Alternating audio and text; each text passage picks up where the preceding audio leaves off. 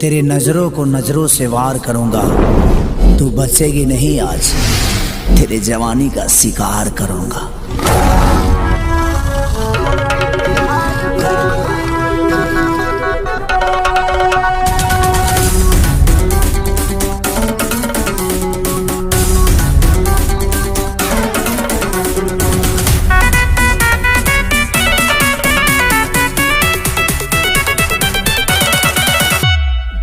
मेरी नजर से जो नजरें मिलाएगा, बिना फायर किए घायल हो जाएगा। समझा? मेरी नजर से जो नजरें मिलाएगा, बिना फायर किए घायल हो जाएगा।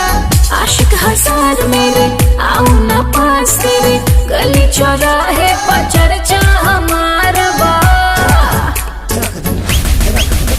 तहरा चक्कर में हो, तहरा चक्कर में, तहरा चक्कर में ढेर लोग कुंवार बा। अच्छा?